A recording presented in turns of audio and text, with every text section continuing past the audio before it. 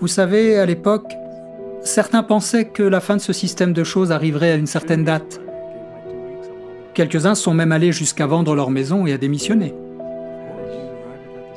Je reconnais que moi aussi, j'avais hâte que ce vieux système disparaisse. Mais quelque chose n'était pas logique.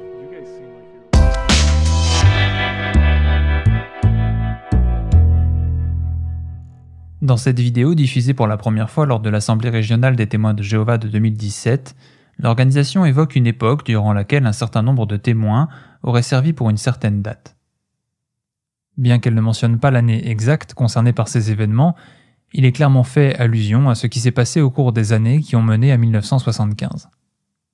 Il peut sembler surprenant que l'organisation estime nécessaire d'évoquer ces événements qui remontent maintenant à près de 50 ans.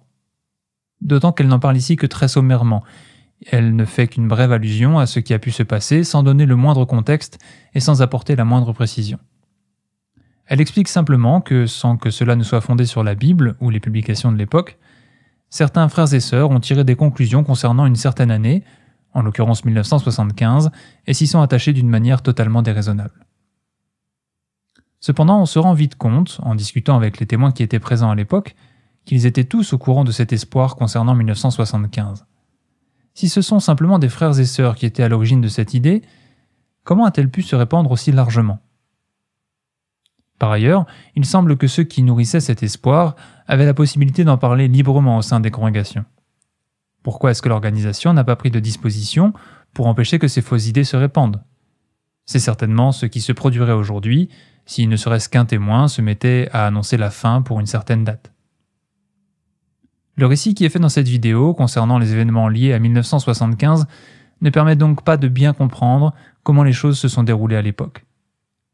Mais il est possible d'en savoir plus en effectuant des recherches sur la bibliothèque en ligne, puisqu'elle nous donne accès à un certain nombre des publications éditées durant ces années.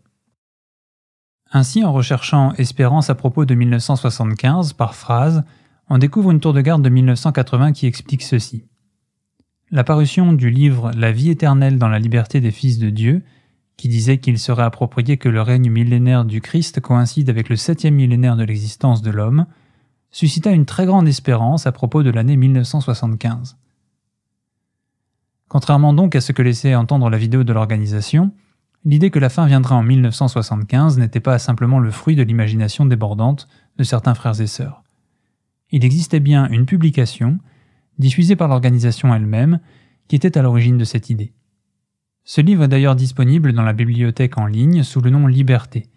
Il est donc possible de lire directement ce que l'organisation a publié au sujet de l'année 1975 dans celui-ci. Voici donc ce qui est dit à la page 29 et au paragraphe 41. D'après cette chronologie biblique digne de foi, en 1975, 6000 années se seront écoulées depuis la création de l'homme, et le 7e millénaire de l'histoire humaine commencera en automne 1975.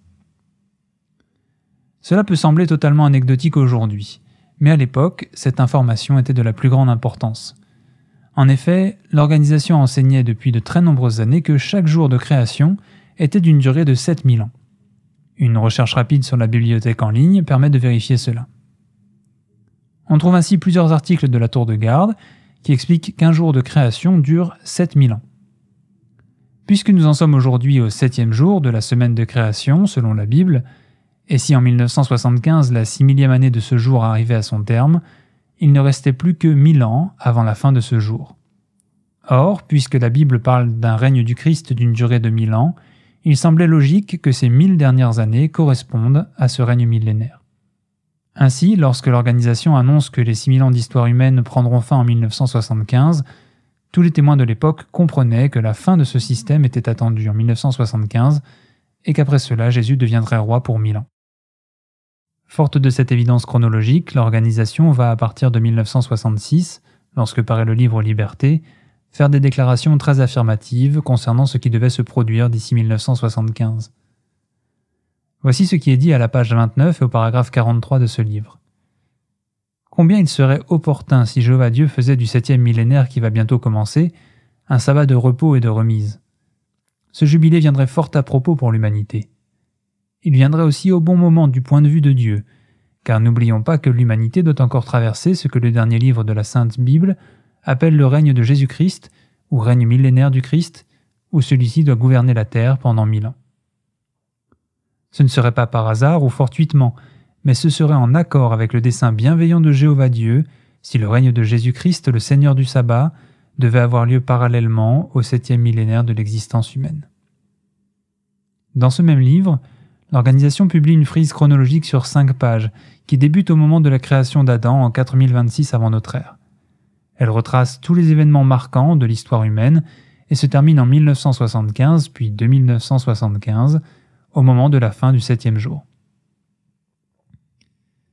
Les éléments présentés dans le livre Liberté ne laissent donc pas le moindre doute sur ce qui était attendu en 1975, l'organisation allant même jusqu'à affirmer que cette date s'inscrivait dans le dessein de Dieu lui-même. Il n'est alors pas surprenant de lire ce que rapporte la tour de garde du 15 juillet 1967 au sujet de la réaction des frères et sœurs qui découvrirent ce livre lors de l'assemblée de 1966. Les frères n'ont pas mis longtemps pour découvrir le tableau commençant à la page 31 qui indique l'expiration en 1975 des 6000 ans de l'existence de l'homme. Dès lors, la discussion de cette date, 1975, a éclipsé tout le reste. Un congressiste a fait cette remarque: « Ce nouveau livre nous oblige à reconnaître la très grande proximité d'Armageddon ».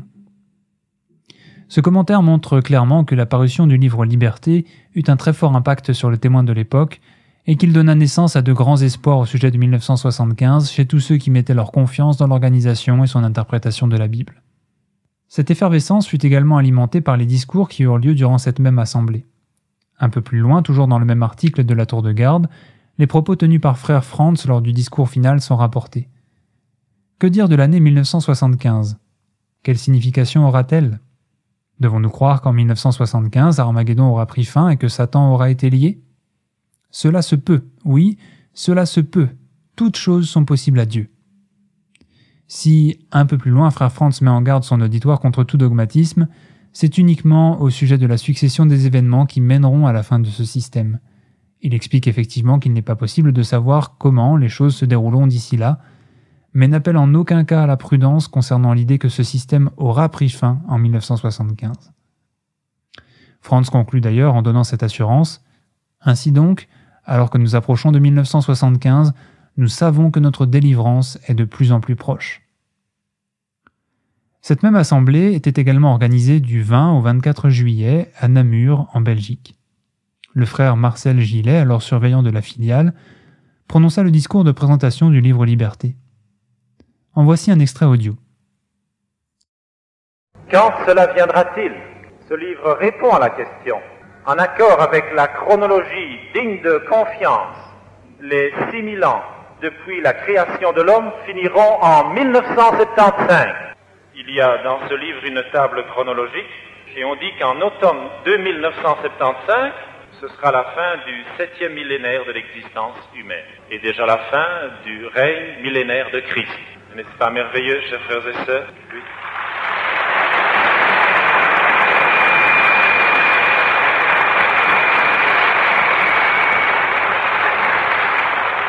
Alors, vous comprenez le thème de l'Assemblée, Gott sollen der Befreiung. Nous sommes libres. Suivons les conseils que Jéhovah Dieu donne dans sa parole. Coopérons très étroitement avec son organisation. Dans 9 ans, la trompette du jubilé sonnera. Les 9 années, c'est très court, n'est-ce pas ? Les 9 dernières années vont passer très vite, mais elles seront très dures. Il y a encore une phrase très encourageante comme celle-ci. Ce ne serait pas par simple chance ou par accident, mais cela serait en accord avec le dessein plein d'amour de Jéhovah Dieu, que le règne de Christ, le Seigneur du sabbat, commence à courir parallèlement avec le 7e millénaire. Ça veut dire, en automne 1975, nous serons dans le monde nouveau.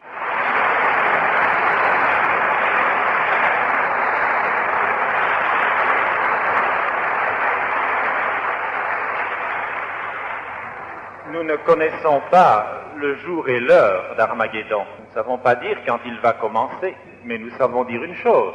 Nous savons quand il va finir. Il sera fini pour l'automne 1975.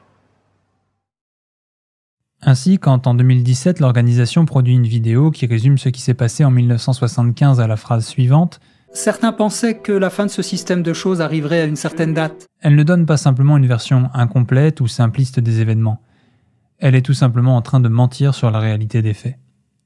En vérité, ce ne sont pas certains qui pensaient que la fin de ce système de choses arriverait à une certaine date, mais plutôt l'organisation elle-même qui enseignait cela, allant même jusqu'à avancer que cette prédiction était en accord avec le dessein de Dieu lui-même. Par conséquent, contrairement à l'image qu'elle veut en donner aujourd'hui, ceux qui à l'époque avaient des doutes concernant la fin de ce système de choses en 1975 étaient considérés non pas comme raisonnables et versés dans les Écritures, mais comme spirituellement faibles et manquant de foi. Ce qui est dit dans la tour de garde du 15 août 1968 en témoigne. C'est pourquoi, lorsque les chrétiens se rendent compte, d'après la chronologie de la Bible, qu'ils approchent de la fin des 6000 ans de l'histoire de l'homme, ils cultivent une joyeuse espérance. Il était donc attendu de tout chrétien, tout témoin de Jéhovah de l'époque, qu'il cultive personnellement cette espérance concernant 1975. De manière à favoriser cela, à partir de 1966 et jusqu'au milieu des années 70, l'organisation va publier de nombreux articles mettant en avant l'importance de 1975.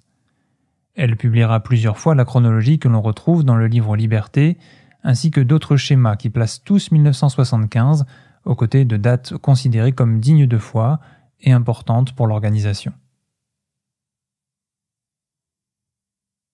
Elle se servira aussi de déclarations faites par différents spécialistes.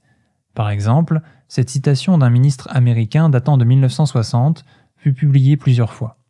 « Je suis suffisamment au courant de ce qui se passe pour vous assurer que d'ici 15 ans, le monde sera un lieu si dangereux qu'il ne sera plus possible d'y vivre. » L'organisation va même jusqu'à donner aux propos de ce ministre une dimension prophétique, en expliquant qu'il prédisait donc qu'en 1975, le monde serait un lieu extrêmement dangereux, et en mettant ensuite ces paroles en lien avec l'importance qu'elle-même donne à cette date, précisant au passage que cet enseignement résulte des études bibliques les plus sérieuses. À partir de 1966, c'est donc un véritable compte à rebours menant à 1975 qui est lancé. Les publications mentionnent plusieurs fois le temps restant avant l'année fatidique.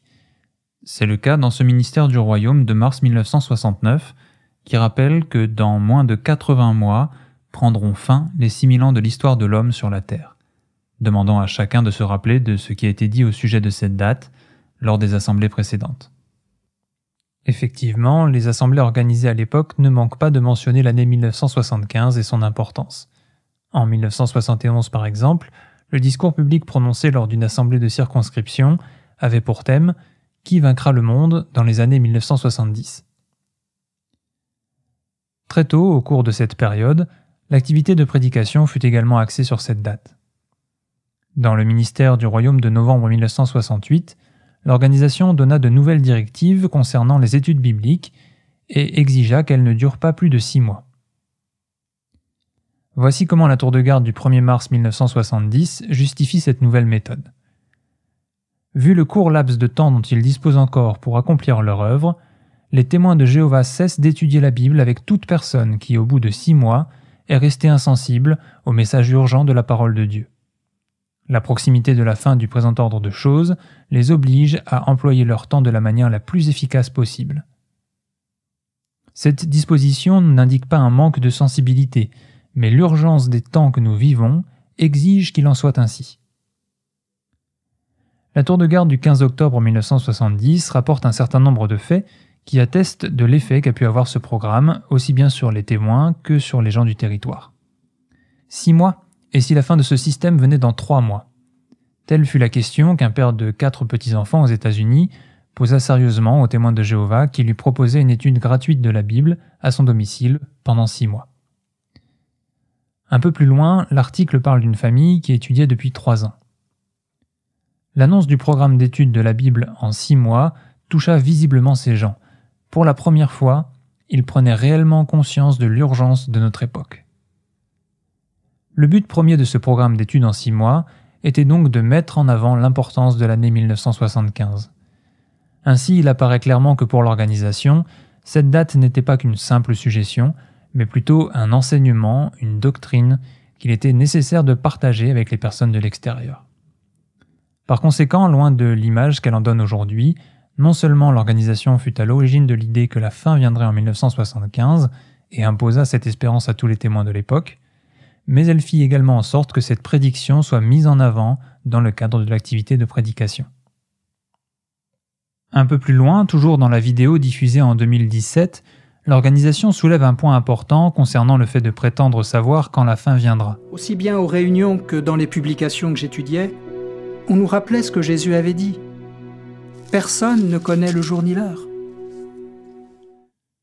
Ces paroles de Jésus, que l'on retrouve en Matthieu chapitre 24, verset 36, sont bien connues par les témoins. C'est d'ailleurs principalement en raison de ce verset que beaucoup, ne connaissant pas les faits, estiment que l'organisation n'a pas pu être à l'origine de l'espérance concernant 1975.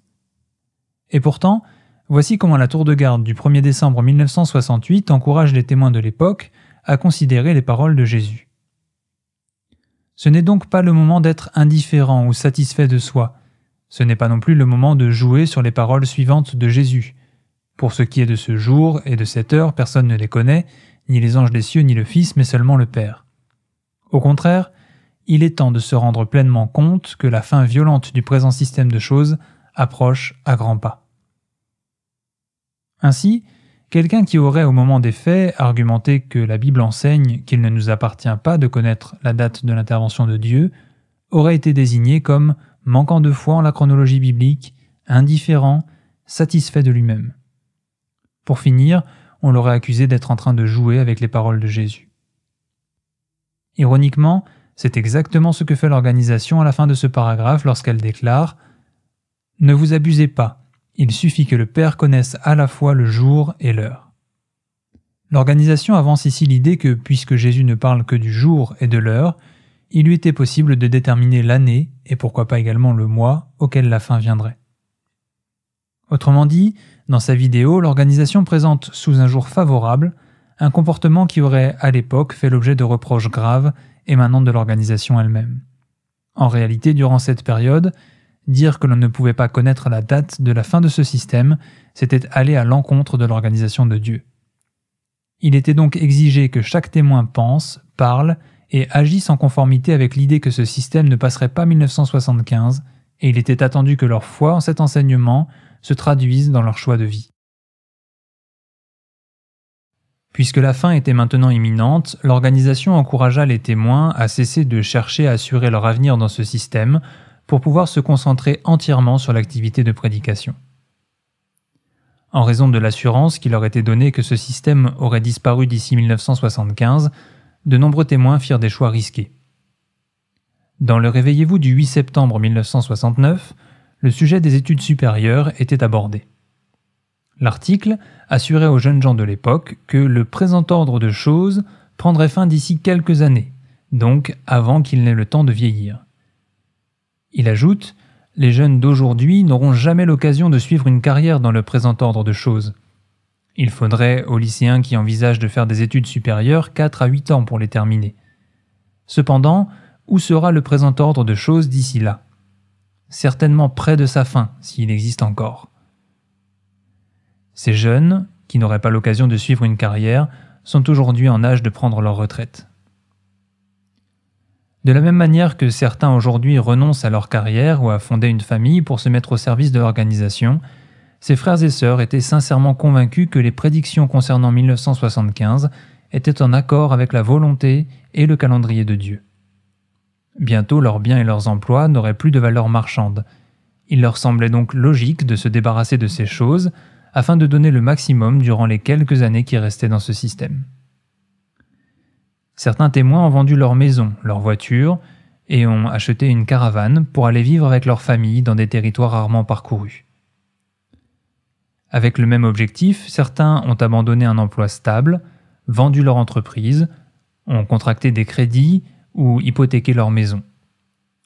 Dans le ministère du Royaume de mars 1969, un frère explique « Après avoir prié Jéhovah, j'ai pu obtenir ma retraite plus tôt que prévu, et cela afin d'élargir mon ministère et d'entreprendre le service à plein temps. Grâce à l'aide de notre Dieu, j'ai obtenu ma mise à la retraite proportionnelle au 1er octobre 1968. Pour avoir ma retraite complète, j'aurais dû attendre le 1er décembre 1975. Ce frère qui pensait que ce système ne durerait pas assez longtemps pour qu'il aille au bout de sa carrière profane, a dû être extrêmement déçu de se rendre compte, une fois 1975 passé, qu'il allait maintenant devoir faire face à la vieillesse avec des moyens financiers très limités. D'autres témoins, convaincus qu'il profiterait bientôt d'une santé parfaite, ont estimé qu'il n'était pas nécessaire de dépenser de l'argent dans des traitements médicaux ou une opération chirurgicale. Leurs problèmes de santé se sont aggravés avec le temps, et les dommages étaient parfois devenus irréparables une fois 1975 passé.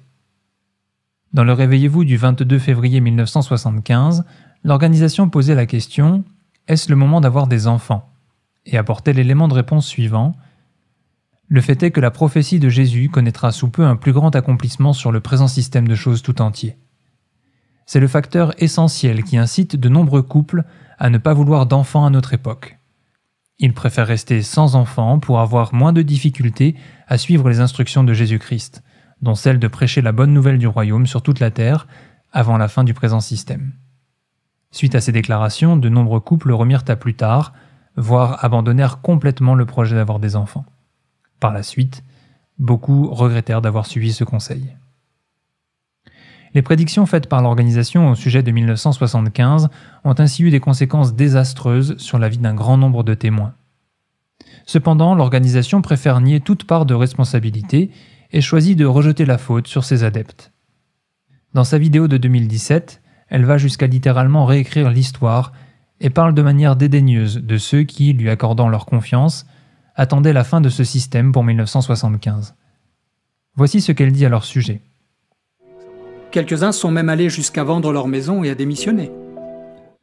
Si aujourd'hui l'organisation semble considérer ceux qui firent ces choix comme des gens déraisonnables, voire des illuminés, elle en parlait d'une manière bien différente à l'époque.